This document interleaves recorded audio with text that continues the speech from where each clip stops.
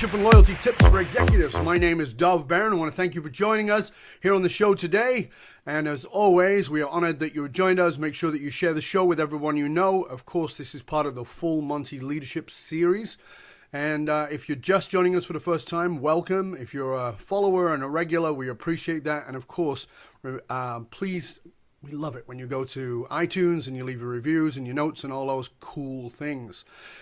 On this show, in one of our video shows, we have a special guest, and we're always honored to have great guests. Our guest today is a man by the name of Kevin Craine of Craine Communications. Kevin is a highly sought-after communications expert, a freelance writer, and CEO of the Craine Communications Group. He has a background in that for 15 years he was part of the big corporate world, including companies like Blue Cross. He led multi-state divisions, took care of people from the mailroom all the way to very high-tech programmers. He's led C-suite, high-profile interactives, got his MBA, written a book, did all kinds of cool stuff, but I'm not going to tell you too much. I'm going to let him tell you, because I'm sure he'll tell you much better than I will. Kevin, welcome, sir. Good to have you here, mate. Thank you, Dov. It's great to be here. Thanks for having me. My pleasure. Of course, for those of you may know, I have actually been on Kevin's two shows. Kevin has two shows. We'll talk about those in a minute. One of which is the C-Suite show. You were the hand-picked host of that for Jeff Hazlett's group for C-Suite. Tell us a little bit about how you ended up doing that, and then we'll backtrack a bit. Yeah, the Bizcast podcast for the C-Suite network, the C-Suite Book Club. You know, I know Jeffrey from back in the day when he was with Kodak, and prior to that, we both came up through the document industry. And so I knew Jeff and knew of him, and I host a monthly show called the Document Strategy Podcast, a very small little niche show in the industry. And he was kind enough to come on a couple of times. And I think the last time we spoke for that show, he said, hey, you know, I kind of like what you do. I'm starting the C-Suite Book Club, and we're looking to do a podcast. Would you be interested in coming on board and producing the podcast for the C-Suite network? And I said, of course, and that's where I met you, and we've been doing that ever since. That's very cool. It's been great. How long have you been in it now? Because the whole C-Suite, Jeff Hazlett C-Suite group, that's for most people is pretty new. I know I'm telling people about it even now. You've been on since the beginning of that, or you were the first host for that show, right? Yeah, I guess it's been almost a year now. They are pretty new, so it's just now a lot of people are starting to take notice. Yeah, and you've interviewed some pretty powerful people. You included. I've had the great pleasure of speaking with a number of thought leaders and great authors. You, Dave Kirpin, Scott McKay. I mean, the list goes on. And it's been a great privilege, and one that I've really appreciated the opportunity to have. And you also have your own show separate from that now. I do. It's called Everyday MBA. It's a little different than what I do for the C-Suite podcast. Everyday MBA is a show for business professionals that are looking to get into the C-Suite, maybe haven't quite gotten there yet, or maybe they're entrepreneurs or business owners that are looking to build that sort of C-Suite acumen and approach in what they do.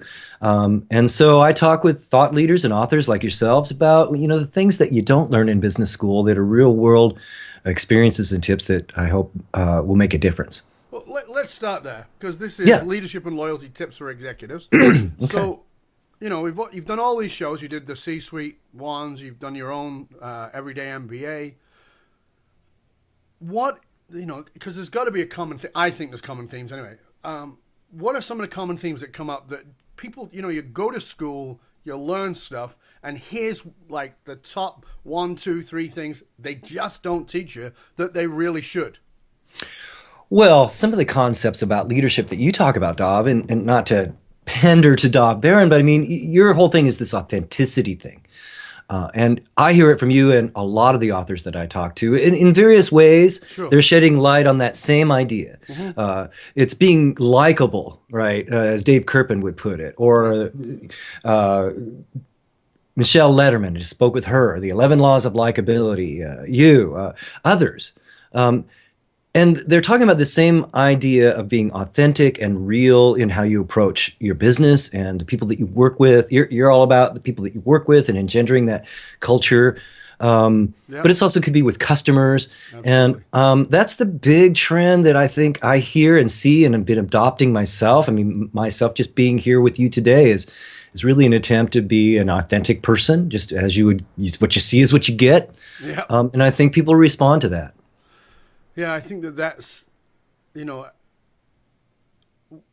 I think that the piece that most leadership schools or MBAs or those kinds of things don't teach is actually, this is my opinion of it, and it certainly obviously aligns with what I teach, so there's a certain bias in it.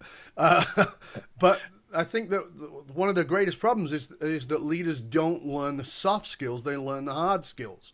So they learn decision making, they learn how to look at spreadsheets, and they look at all the quote unquote business stuff, and they forget that businesses are people. Like this whole law that went through that said a corporation is a person. No, they're not. I'm sorry, I disagree with that entirely. But a corporation is full of people, Right. and we need to honor that. We don't need to make the corporation a person. We need to honor the people who are in there. And if you want to be a great leader, you've got to be masterful at people. Would you agree or not? Absolutely. You remind me, excuse me, you remind me of Mitt Romney's statement back in the last U.S. presidential election where he said something like that. Corporations are people. And he took a lot of heat for it. I'm not a big Mitt Romney fan, so I'm not about that. But I kind of thought he was right because you're right. You're absolutely right when you say corporations and businesses are composed or comprised of people. My daughter's a young woman, 19 in college, and she's, stick it to the man and corporations suck and everything. Well, I get that. Sure. But dude, they're all people. They all have families and home lives. We're all trying to make a living. And I think that we need to kind of look at the way that we do business and the way our organizations run in that human framework nowadays. And for a couple of reasons, because it's just the right thing to do, but on the other flip side, if you're sort of old school and, your father's kind of leadership model, Right. you're not going to make it today. It's just not going to work anymore. No, I agree. I think the dinosaurs and they're dying out. The command and control are dying out in a big way. Yes. And we talked about that on your show. Absolutely. We're talking here about corporations and the people in them. But, when we speak about this level of leadership, we're talking about the C-suite, the leaders, the CEOs, the presidents, etc. And oftentimes, I think, in my experience anyway, that they have to, or they believe they have to, have these two minds. And the one mind is the business mind, and the other mind is the people mind. And that ultimately they are ruled by the business mind. And I know you had a first-hand experience with this because you were 15 years in the corporate world and then leading all these great things that you're doing. And then after 15 years, married with two small kids, you're suddenly unceremoniously cut under some massive reorganization. Mm.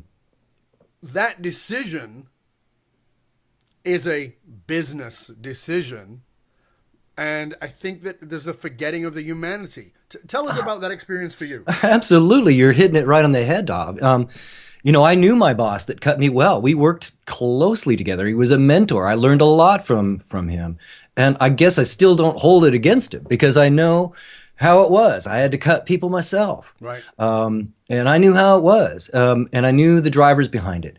But it still didn't stop me from being completely, it's like on Survivor. It's a blind side? I voted off the island. Yeah. Right? Man, a week before Christmas, I get called into the office. There's the HR lady. Uh-oh, bad sign, and we're going to let you go. And I knew, as a manager, I knew why. I knew why it made sense. I had basically managed myself into a position where they didn't need me because everybody ran great because I got them all running good. But hey, whatever. Managed myself out of a job. And but at the same time, I kind of came into that. It was Blue Cross, Blue Shield here in Portland, and we had 3 states. And I had come in basically as a young pup and worked my way up. I had gotten my undergrad and my master's. While there, I had written a book in the industry, was well known in the field that I was in nationally. Right. Yet I was cut. And I kept thinking, well, wait a minute. After all the political silver bullets I've given and taken for this company, and all the fights that I've had on behalf of the company that I really didn't care about personally, it was just my job to do, to get cut. And then I just felt like, well, wait a minute, it's a huge company. Why can't you find me a place to work somewhere else? I mean, if this spot needs to go away, I get that. But how about you just keep me around, keep Kevin around? He's a good dude. Right. I didn't feel any of that. I just felt like, okay, you're out. And that really woke me up. And that started my journey as an entrepreneur. I never wanted to work in a situation like that again, where I was at mercy of, I'm going to lay myself off, you know? So that was a big shock. And I had 2 young kids, and it was difficult for a while. In the recession, it was not easy for a middle-aged guy, even with the background that I had, to find a job. So and I think it's that way for a lot of people. Woke you up to what? Because Oh. you and I talked about my fall on your show. Yes. And I always say that fall woke me up from something, and it woke me up to something. And that's a question I want to put to you, because I believe that human beings have falls. This is just my theory; it's not the truth. Human beings have falls, and this, in my experience watching people, they go certain ways with falls. They fall and shake themselves off and go back to doing exactly what they did before. That's one. They fall and they swear it's going to be different. They're going to do something different. I missed out on my kids. I missed out on my wife. I missed out on my marriage, whatever it is. Missed out on the dog, the cat, whatever it is.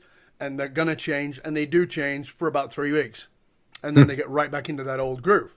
And, probably ready for another heart attack somewhere down the road.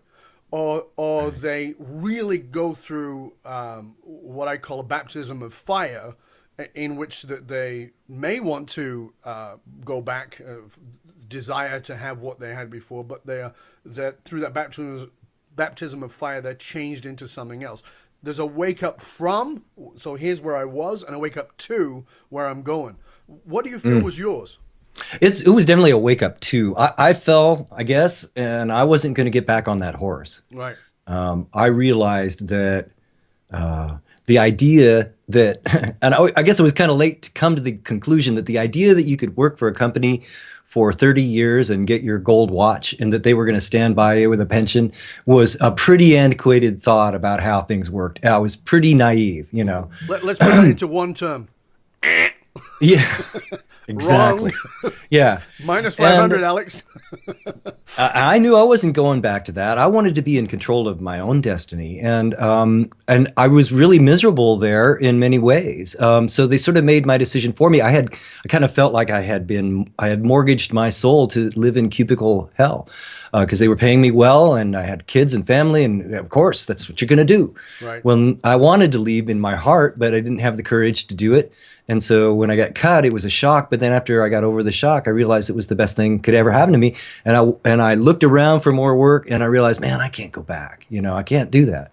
And I just found it in myself to move forward and believe in myself, and know that I could make it on my own. And that's what I've been doing ever since. Now you have the Craine Communications Group. You are a freelance writer. You have your podcast. You assist leaders with what it is you do. Tell us a little bit about what you do, because I want to have people sort of get the other side of that. Because here you are, this corporate guy, you're doing what you're doing. You're running people, you're doing all those kinds of things. You've built your way up. Suddenly that's gone. How do you become the communications guy to which now leaders are coming to you? Well, that was tricky. I don't know how planned it was. What was it? What's the quote? John Wooden, the great basketball coach, said, "Things work out best for those who make the best of how things work out." Right. And that's what I did. I was lucky that I had already been writing in my field and been doing some writing. So I was a competent writer, and I'd had some college that I'd done a lot of writing. And so I had something I could work with. A lot of folks don't have that necessarily. They're looking for an entrepreneurial business to get into. They don't know what. They don't necessarily have a skill they can fall back on. I was lucky that I had that skill, and I took that and ran with it. what I started doing was writing for companies in my space, and then trying to always diversify. And what I found I was very good at was taking a technical conversation and flipping that over to a business conversation. And a lot of companies like IBM and some of those are great companies, super experts. Yeah. But they aren't always good at translating what they do into a message, a story that resounds with their buyers. Right. And I found that even the biggest PR firms, partly due to my expertise in the niche, but even the biggest PR firms seem to have difficulty with that, Right. at least from my perspective. And so there was this gap that I found on my own, that there was a need for someone that wasn't just a journeyman writer, a PR, a press release, but someone that could really do a white paper or some sort of content that was knowledge leadership, that translated what these subject matter experts had to say, Yeah. but cast it in a way that really resonated with the buyers. And that was the gap. And once I realized that, I started working hard to be that kind of resource. Part of why I love podcasting and speaking with experts like you and others is that I become more educated, and then I bring some of those concepts to the table, or at least the awareness of those, so I become more and more valuable, not only as a writer, but as a consultant in terms of what you're going to say. So many companies don't know what they want to say. They don't know. That's what I was going to ask you. Why do you think leaders struggle to define and even communicate their message? Why do you think that is? I don't know why, because to me, number one, I'm no expert, but it seems to me that if you're an entrepreneur, a leader, you've got a business, you need to define definitely what it is that you do. Sometimes you can't even understand what they do. You go to a website or something, or you ever do that? You go to the website, check somebody out, check something out. You don't know what the hell they do. You know, their website's I don't even know what you do, man. If that's a problem to me, to me, that's just acting fancy, you know. Acting fancy is not substantive for me. Right. I want to know what it is you do. And then why should I care? And a lot of people know what they do, and they can rattle on for hours and hours and hours about how all the technology works that makes it happen. But they don't necessarily understand why I should care. Someone reading the story, reading your article, reading your blog, reading anything about it, listening to your presentation. Why should I care? And if you can't say, this is what I do, and this is why you should care, in, like, as Jeffrey Hazlett would say, you're 110, right? You got 20 seconds to hook me and 90 seconds to tell me about it, and then I'm gone. Right. Then to me, that's the fundamental, absolute fundamental first thing that any leader or business owner needs to do. And that often gets forgotten in all the rush and all the other stuff. And that's kind of like forgetting your shoes when you go out for a walk, you know? But I think that, you know, again, my experience, not the truth. I think that I think there are people, I know, and the reason I know this is because I struggled with it myself for a long time, who are very competent at what they do. And the problem with that competence is that they're very good at what they do, but they never think about what it is. And so the communication of what do you do becomes a very difficult thing for them to say, because they don't think about what it is they do. They just do it. And so the communication of that becomes challenging. And then the other piece is that, and we talked about this on your show, is that we've got this idea of the niche. We've got this idea of the expert in the niche. But the truth is, like yourself, Kevin, because I know you said this yourself, in your coming up through the ranks, you had to learn a bunch of stuff. And so you don't have a ton. Right. So you don't have this is what I do. And because if you did, you'd have actually been unemployed in about 10 minutes. You had to learn a bunch of skills, and you had to have them keep growing. And that's important. The distinction when you leave the corporate world is that you go out in the other world, into the entrepreneurial world, and you say, okay, well, what's your specialty? Well, I can do 10,000 things. Which one do you want? Right. So tell me how you help those leaders, because I'm guessing that those leaders that you're helping, many of them have come up through the corporate ladder. Many of them are entrepreneurs, and they do have a whole sack of goodies of what they can actually do. How do you help them to go, this is it. This is the thing. Well, I have a client now, a company. It's about a $10 million company, so they're doing pretty good. Right. They do so many things. I mean, it's incredible that they've been as successful, because their message is so diluted, and so now they don't have a message, and often it's way technical. So often I am very into segmenting, and niching is part of that. Segmenting is part of that. If they don't relate, then they should separate. Right? If they don't relate together and provide value, maybe the 2 things that you do, or 3 or 4 or 20 things that you do, then let's take a look at these things in somewhat isolation and make sure, especially as a writer and a content creator, your message needs to be really strong for that thing. And if talking about this second thing, it takes away from that, then I don't want to talk about that second thing. And so many people want to say, well, we do this and this and this, and we do this and this and this, and we do also do this and this and this, and we won an award for it. It's kind of like getting that magazine ad that you see that's got so much stuff in it, you don't read anything. Whereas the really effective magazine ad might have 2 words and an image that goes bam. And, so you have to find that. I agree with you. I mean, I get it that, I know as a consumer, I look at the ad with the 3 words or 2 words and the picture and I'm like, wow, yeah. And the one that's covered in stuff, I'm like, oh, I can't get never bothered. Hits. Right. But at the other side of it, I'm trying to go to the other side, which is looking at being that other person. And at the other side of it, I think that leader says, I can't leave anything out. There are so many things. So if I say to you, okay, well, Kevin, what do you do? Are you a communications guy? Are you a writer? Are you a podcaster? Are you helping people become thought leaders? It becomes a litany, a shopping list of things that you still are forced to drill down. And if I say, well, you can only pick one, are you a writer or a podcaster? You'd feel strangulated by that. So I think probably. that's part of the tension with this, is that we all know we got to be in a niche. We all know we got to be singular in that, and at the same time, it feels like it's constraining because yes, this is what I do, but it's not complete without that, or that, or that, or that, or the other million things. I guess I have 2 thoughts with that. I mean, one is, I am a writer and a podcaster. Together, they're content creation. So to me, that's what I do. But if I was forced to choose, I would choose the most important one. And so can you roll it up and make it one big thing that's super value added that makes sense? That can happen. Or if that doesn't happen, then carve off the one that's the most important. I have a client that has some software product. Then of course they do some consulting with it. You buy the software, they help you put it in. That consulting is a minuscule fraction of their revenue stream. Yet they want to talk about that all the time, Well, no, it's making you a dime, let's chase the dollar over here. That's the most important thing. We're not really spending our 90 cents over here before we get to that. And so I would say, what's the most important? Where does your bread get? So is that it? Where's the bread how come you from? help them define it? Is because you say what's most important. So is most important defined by this is what puts money in the bank? A lot of times, of course, it's got to be the bottom line, or maybe it's a strategic turn of the ship that they need to achieve.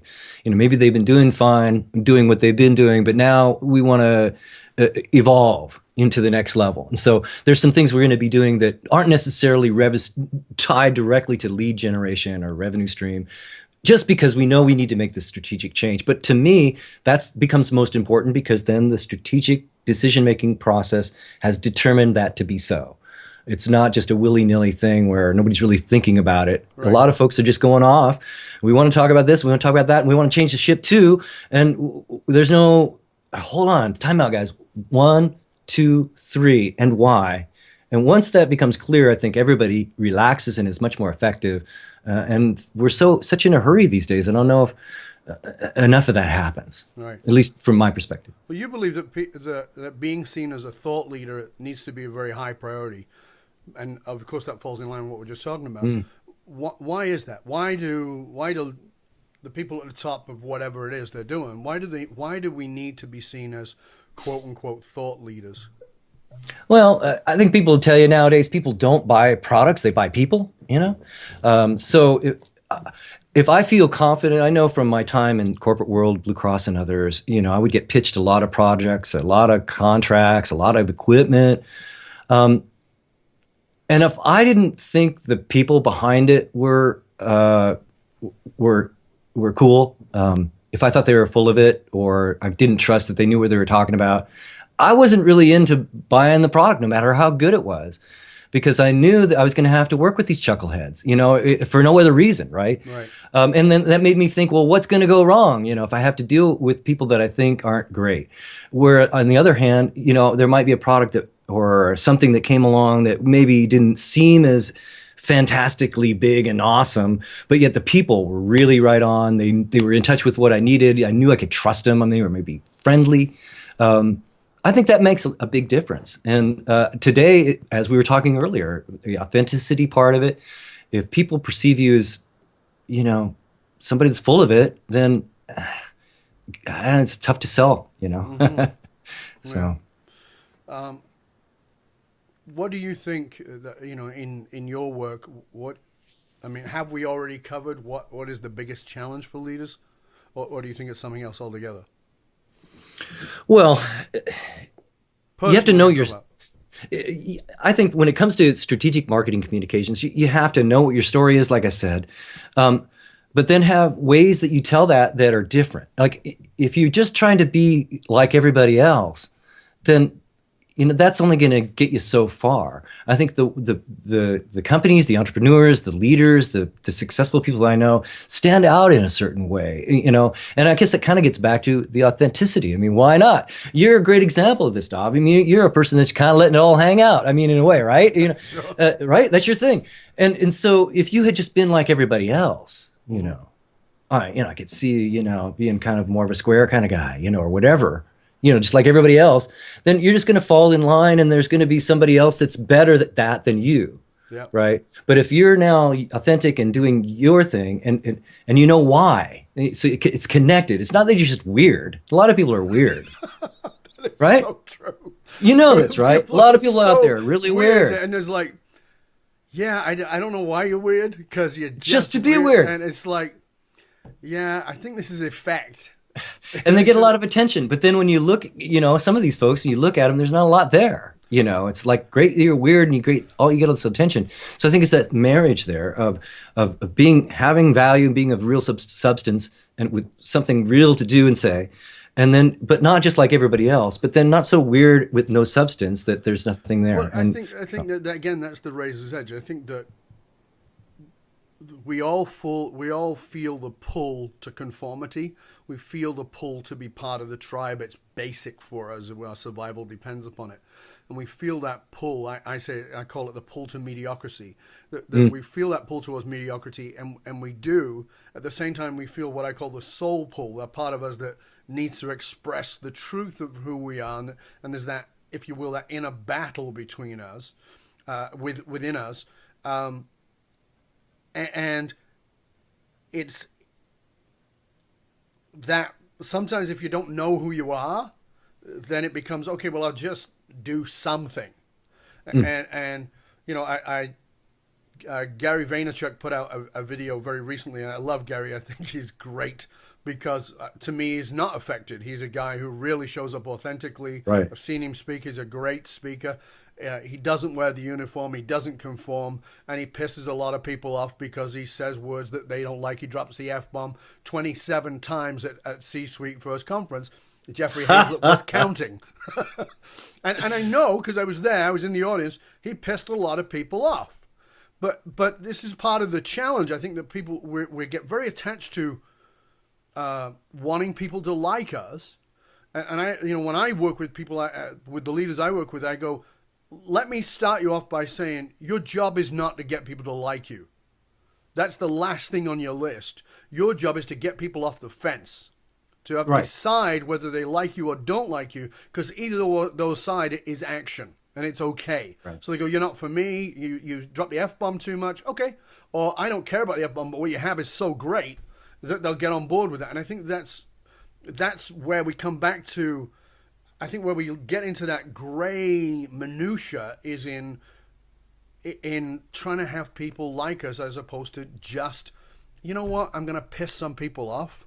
I don't like pissing people off. I don't like people not liking me, but I'm willing to live with it because on the other side of that, I get people who I can genuinely that love you. with. Yeah. Yeah.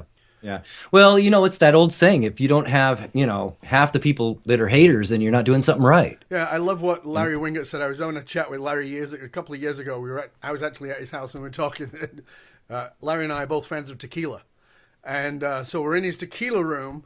Drink some tequila and then piss people off. Is that what you're Well, saying? no, that too. But we're having a couple of tequilas, and Larry is a very different guy. Larry Wingett is Larry Wingett, and I love that about Larry.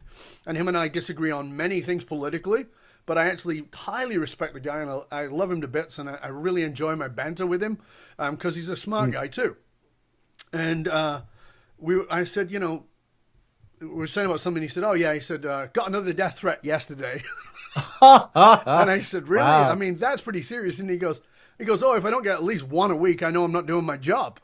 Oh, well, that's extreme, but yeah. I loved that willingness to create absolute foe and absolute friends. The willingness to say, "I'm not going to the gray area to ease your discomfort. This is who Larry Wingett is." And I think, Larry and Gary Vaynerchuk are true amazing examples of speakers and business people who have gotten away from that. I'm sure it's there in them, but it doesn't compel them, that desire to be liked by everybody. When you're working with people in the Craine Communications group, how do you deal with that? Because I'm sure that that's a force they come at you with, which is, yeah, we don't really want to say that because we don't want to piss people off, because, there's a percentage of our market comes from there, and we don't want to upset them because they are Republicans, or because they're Democrats, or because they're Christians, or because they're not Christians, or whatever the heck it is that. Right. How do you help them with that? Yeah, that can be difficult. Sometimes I have to just acquiesce to what, my client wants and how they want to approach it. There have been times when I've wanted to do something like that, maybe something that was political, like I write in the healthcare space.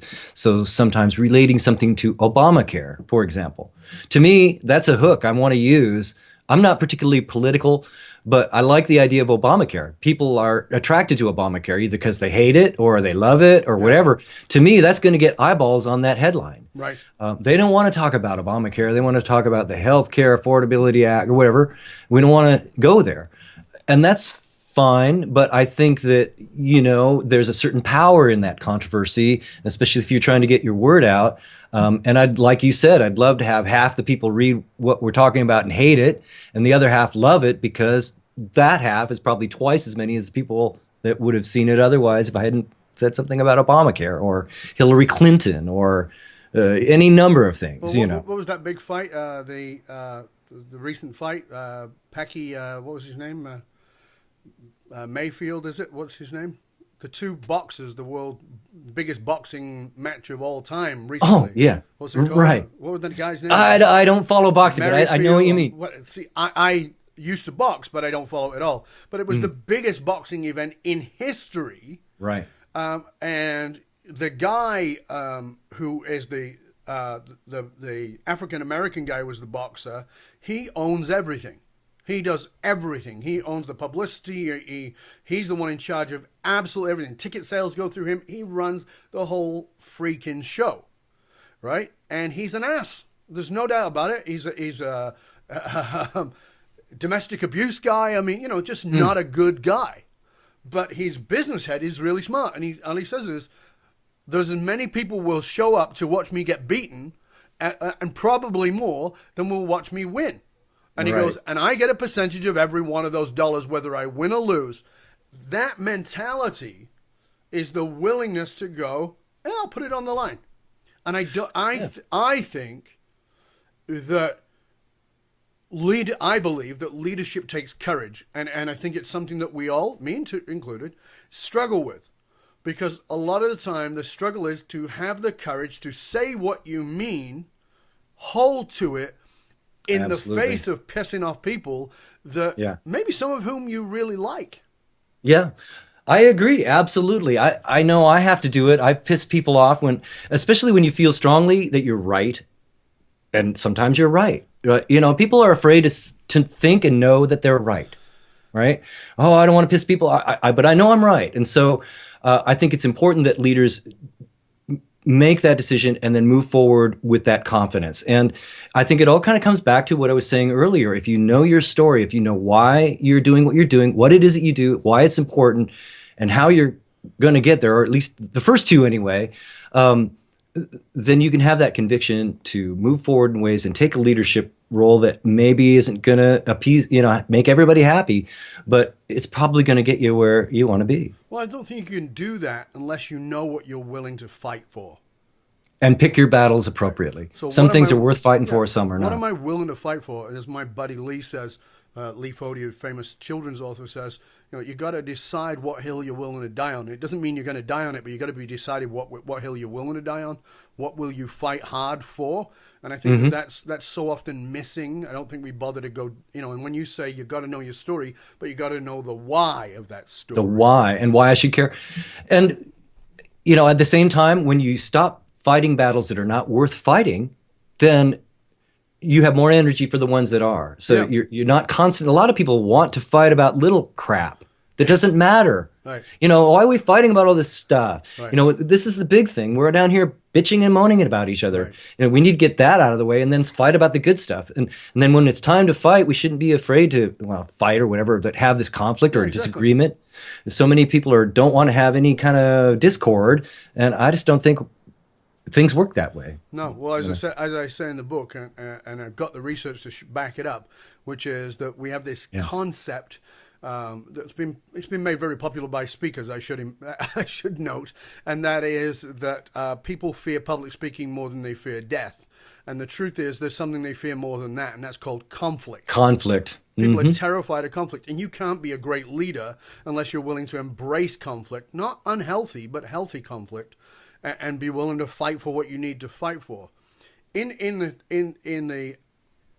that vein, you were talking about telling your story, but not telling it the way everybody else tells it. Finding your way. Give our listeners, our viewers, a way to sort of grasp what that means. Telling the story their way, or a way that's not the usual. As a marketing communication consultant, a PR guy, a writer, a lot of folks come to me and they want me to do sort of the same old thing, that everybody does. I'm going to write this sort of innocuous blog post, or we're going to do this white paper. It's going to be 14 pages that nobody's going to read, and it's going to, whatever. We've been doing it the same way since 1990 something, and sometimes that's fine, but I'm always looking for new ways. That's partly why I'm into podcasting. I started podcasting before it was cool to podcast, and I've been spinning it off in ways. Yeah, you have too. I've been spinning it off in ways that I use the technology behind podcasts to create voice of customer success stories. So you click on it and listen to a little mini interview with and so instead of writing a case study, like the ones you see, problem, solution, results, and XYZ company is the leading global supplier of who gives a shit, right? And so, right? Yeah. But if you take that same story and put me on the phone with their person, and I say, how was it working with XYZ? And they say, you know what, we love those guys. My job now is done, right? In that short period of time, that rolled up all of this other stuff that we would have done in a much more powerful way, because anyway, that's a different way. It's just one example of a different way of kind of doing the same thing. And I think folks are kind of conditioned to think, well, we're all going to market the same way. We're all going to, we're just going to do it the same way our fathers did it. And it doesn't work anymore. You have to always be thinking about different ways and different twists. And the more you know your story and why it's important, the easier it becomes to come up with interesting and different ways of getting that word out, or multiple ways. Maybe not just one little blog and one website. That's your whole marketing strategy. It's got to be all of the above. It could be all of the above in different mixes. So to our viewer watching, it says, okay, I want to do this. I want to get my story out there. I want to deliver it in a less generic manner. I want it to be seen. What would be?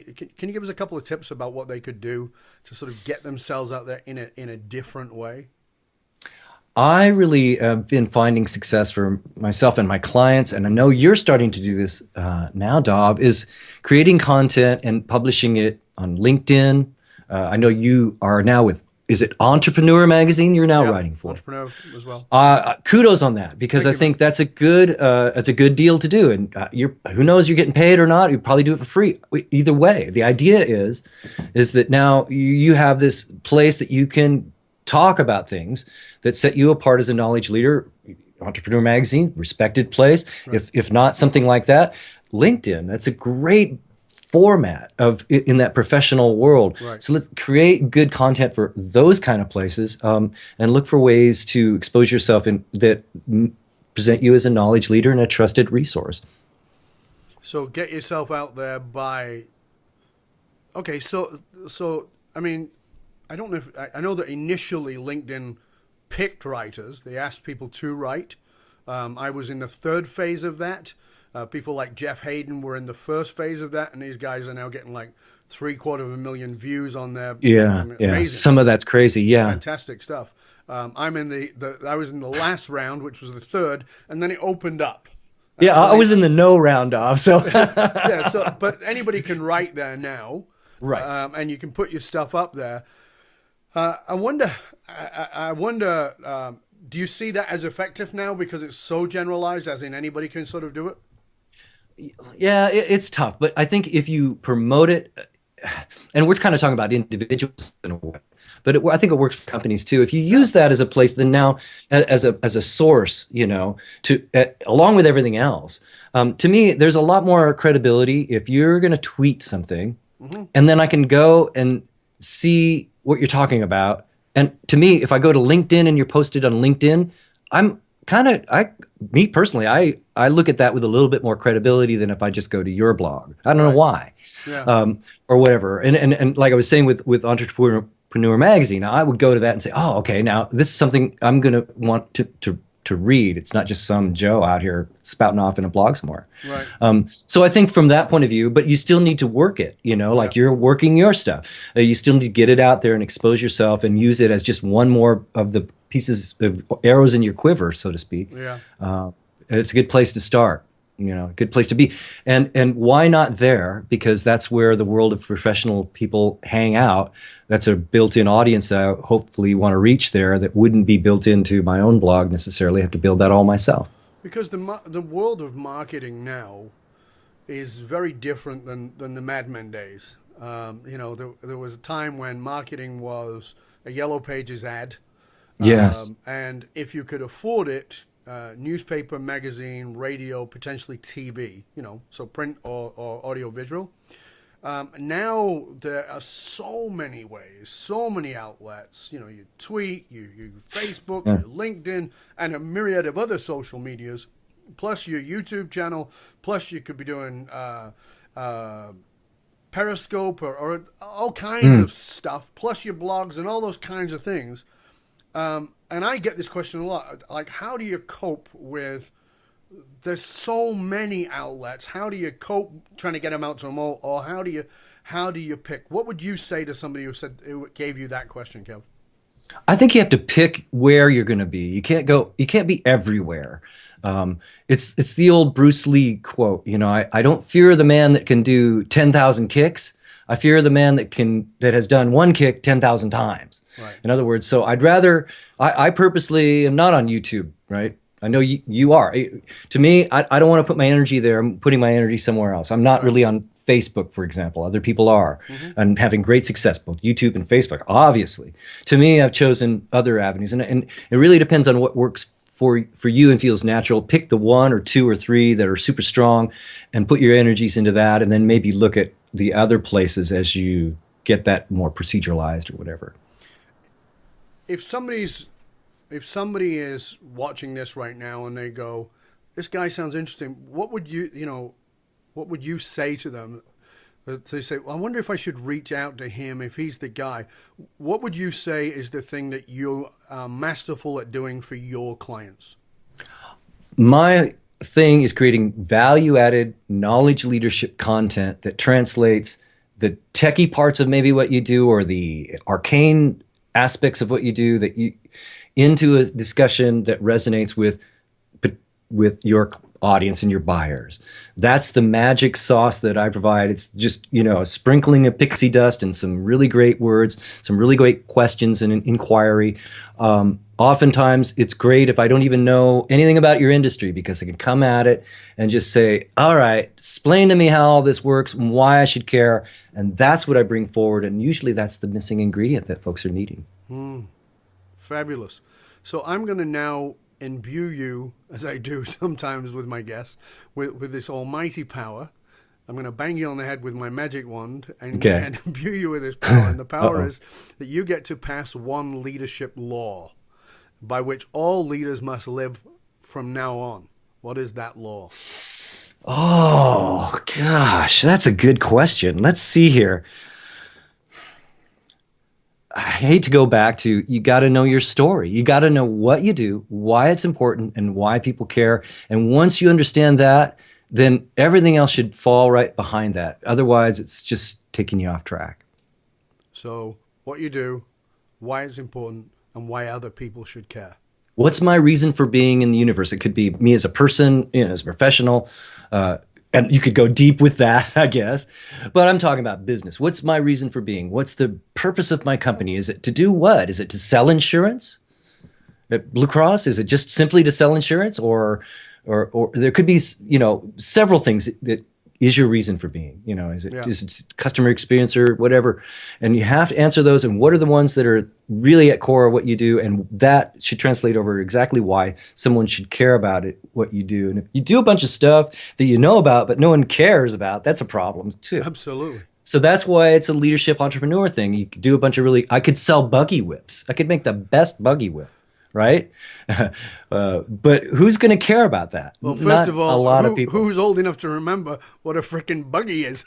Okay, yeah. Let me see. A fax machine, then. Okay. Yeah, nice one. I'm a fax machine maker. Ladies and gentlemen, my guest today is from the 1800s. His name is Kevin Craine. Yeah. He's left his horse and buggy outside, and he stepped through the time tunnel to do this show. Excuse me, it's lunchtime. I have to eat some tallow now. Exactly. So, Kevin, tell our viewers how they can find out about you and what it is you do, and possibly get in touch with you and use your services. Awesome. Thanks, Dov. You can find my show at everyday-mba.com, but if you want to reach me, find me at crainegroup.com. That's CRAINE, crainegroup.com. Awesome. Well, we will definitely post the links to both of those on the podcast itself. When we put this up on iTunes and when it's up on YouTube, it will be there for both. So you'll be able to find Kevin. And if for some reason you get stuck and you can't find it, just reach out to me and I'll make sure you get the way to connect with Kevin. I want to thank Kevin Craine for joining us today. It was so awesome, a great time. Kevin, as you've heard listening to him, has the greatest podcast voice. I remember when you first interviewed me, I went, oh, wish my voice sounded that good. Well, thank you, Dov. And just while I'm thinking of it, you are up on Everyday MBA in 2 weeks. You'll be the week after next. So that's going to be June, 15th or so. So June 15th, 2015, because you might be watching this back in right. 1600 or in 2150. That's right. We're going to watch it on our Smoke Signal channel. Exactly. Thank you. I'm glad I'm going to be there too. So like I said, if you want to find out more about Kevin, you know where to go. And like I said, I'll post all that. Make sure you share the show with everybody you know. It's been great. Thank you for joining us here. Thanks to our guest, Kevin Craine of the Craine Communications Group. It's been awesome having you here as a guest and having you all tune in. Again, remember to share the show with everybody you know. Leave your comments and feedback and reviews on iTunes. And until next time, stay curious, my friends. Stay curious.